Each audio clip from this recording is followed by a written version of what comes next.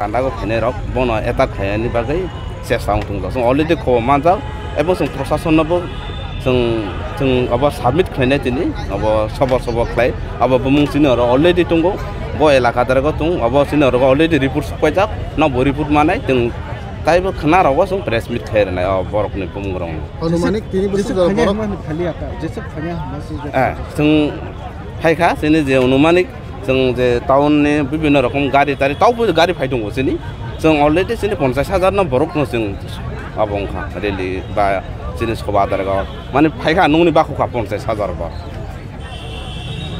ओंखाय जों नावनोबो गयनाय परेगा जों बाय दिल्ली दारेगा थांफुगो नावनोबो जों जरा जरागो अब जों साखनाय आरो जेहेतु रेल एवनाय जोंनि अब दिल्ली दारेगा सारा बारा हा गतनगो आरो बरजत सबांनाय आरो बदि इमनो हाय जतो कमेटी बना के सबसे पहले पूरे देश में ये पता किया था कि जो ट्राइबल को 1950 से जो लाभ दिया जा रहा है, जो एजुकेशन में रिजर्वेशन है, जो सर्विस में रिजर्वेशन है, उसका कितना लाभ है। और जब 1967 में जॉइंट पार्लिया कमेटी की रिपोर्ट आई और उस रिपोर्ट में चौंकाने वाले तथ्य ये आए कि जिनको ये रिजर्वेशन दिया जा रहा है वो रिजर्वेशन उनको ना मिलके केवल कन्वर्ट लोग।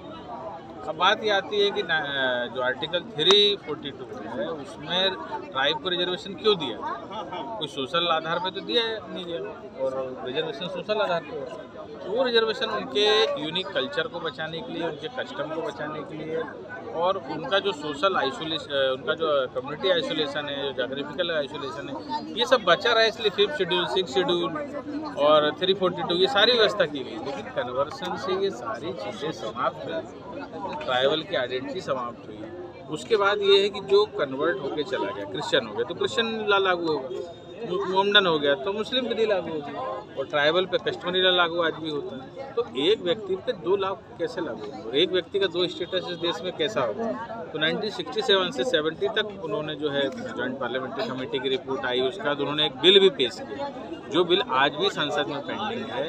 लेकिन कहीं ना कहीं ट्राइबल में ये जानकारी न होने के कारण 2007 के बाद हमारा जो जनजातीय सुरक्षा मंच है इसने इसकी लड़ाई शुरू की। अब तक हम लोग करीब ये 20वीं रैली थी, 20 राज्यों में हम रैली कर चुके हैं। हर जिले में ट्राइबल क्षेत्र में रैली करके लोगों को पहले जन जागृति कर और हमें उम्मीद है कि 2024 में ये जो सरकार है जो एक झटके में 370 खत्म कर सकती है तो आर्टिकल 342 में संशोधन कर सकती है। जब आर्टिकल 341 जो है SC के लिए है, शेड्यूल कास्ट के लिए है, उसमें ये नियम है, उसमें ये प्रावधान है कि जो SC का व्यक्ति है वो अगर अपनी कास्ट से रिलीजन बदलता है, क्रिश्चियन होता है, मुस्लिम होता है तो उसका रिजर्वेशन खत्म होता है। ट्राइबल में क्यों नहीं होता? और ये देखने में आ रहा है कि अभी भी जितना भी ट्राइबल का रिजर्वेशन है वो 90% जो है वो कन्वर्ट व्यक्ति ले रहा है और जो असली ट्राइबल है जिसके लिए संविधान में व्यवस्था की गई वो 70 साल के बाद भी उस रिजर्वेशन का फ़ायदा नहीं उठा पा रहा।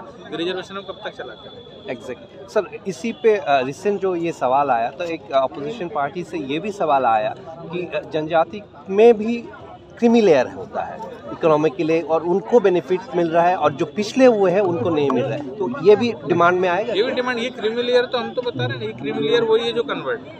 आप देख लो विक्टर और इमरान जैसे व्यक्ति को मिल रहा है रिजर्वेशन और उनके घर से एक नहीं 4-4 लोग नौकरी करते हैं और एक जो हमारा अंतिम छोर पे बैठा हुआ ट्राइबल है वो उसको रिजर्वेशन का लाभ नहीं। तो ये बात क्रिमिनल लेयर की नहीं है, ये तो क्या है कि उसके कस्टम के आधार पर मिला। लेकिन जिसने अपना कस्टम छोड़ दिया, अपना कल्चर छोड़ दिया, उसके ऊपर कस्टमरी ला लागू नहीं हो रहा है, सारी चीज़ें खत्म हो गई, संस्कृति खत्म हो गई, तो वो व्यक्ति का स्टेटस ही नहीं रहेगा, वो ट्राइबल रह ही नहीं गया।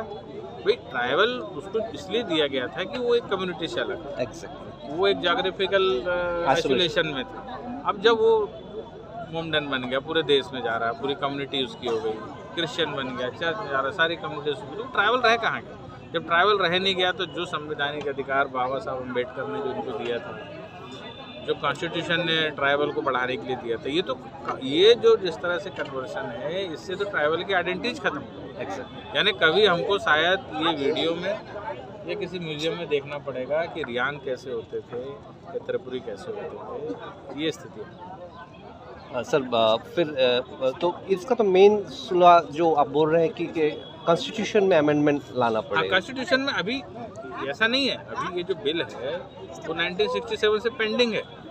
और डाया लोकसभा में। हाँ, क्योंकि कोई भी बिल पेश होने के बाद खत्म नहीं होता, बस उसमें एक बहस हो जाए।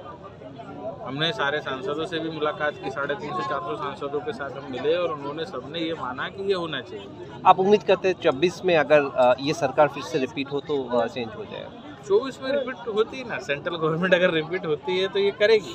हमारे आज राष्ट्रपति भी ट्राइब्स के हैं, तो अगर ये होता है तो उससे जिसको जो लाभ मिलना चाहिए, सही लाभ मिलना चाहिए, सही पात्र व्यक्ति को अगर कोई चीज़ मिल रहा है, जब बताते हैं मोदी जी की 100 रुपये वहाँ से चलता है तो पूरा 100 मिलता है, तो रिजर्वेशन भी जो है एजुकेशन का है। और ये लड़ाई सिर्फ ट्राइबल की नहीं है, ये हर उस व्यक्ति की जो इनकम टैक्स देता है, वो इनकम टैक्स उसकी इनकम टैक्स से तो एजुकेशन के लिए चलता है। तो वो कभी सोचता है कि कन्वर्टेड व्यक्ति को मिलना चाहिए, वो कभी नहीं चाहता कि उसका पैसे का मिसयूज। ये जो है रिजर्वेशन का मिसयूज, हम चाहते हैं इसमें थोड़ा सा संशोधन कर दें। आज इतने सारे कानून बदल गए जो कानून किसी काम के नहीं थे या गलत थे, तो आर्टिकल 342 में भी आराम से संशोधन हो सकता है। लेकिन पहले हमको जागृत करने की ज़रूरत है, क्योंकि ये विषय त्रिपुरा में भी मेरा ख्याल है कि इतना जो स्प्रेड हुआ, कुछ कथाकथित लोगों को पता था।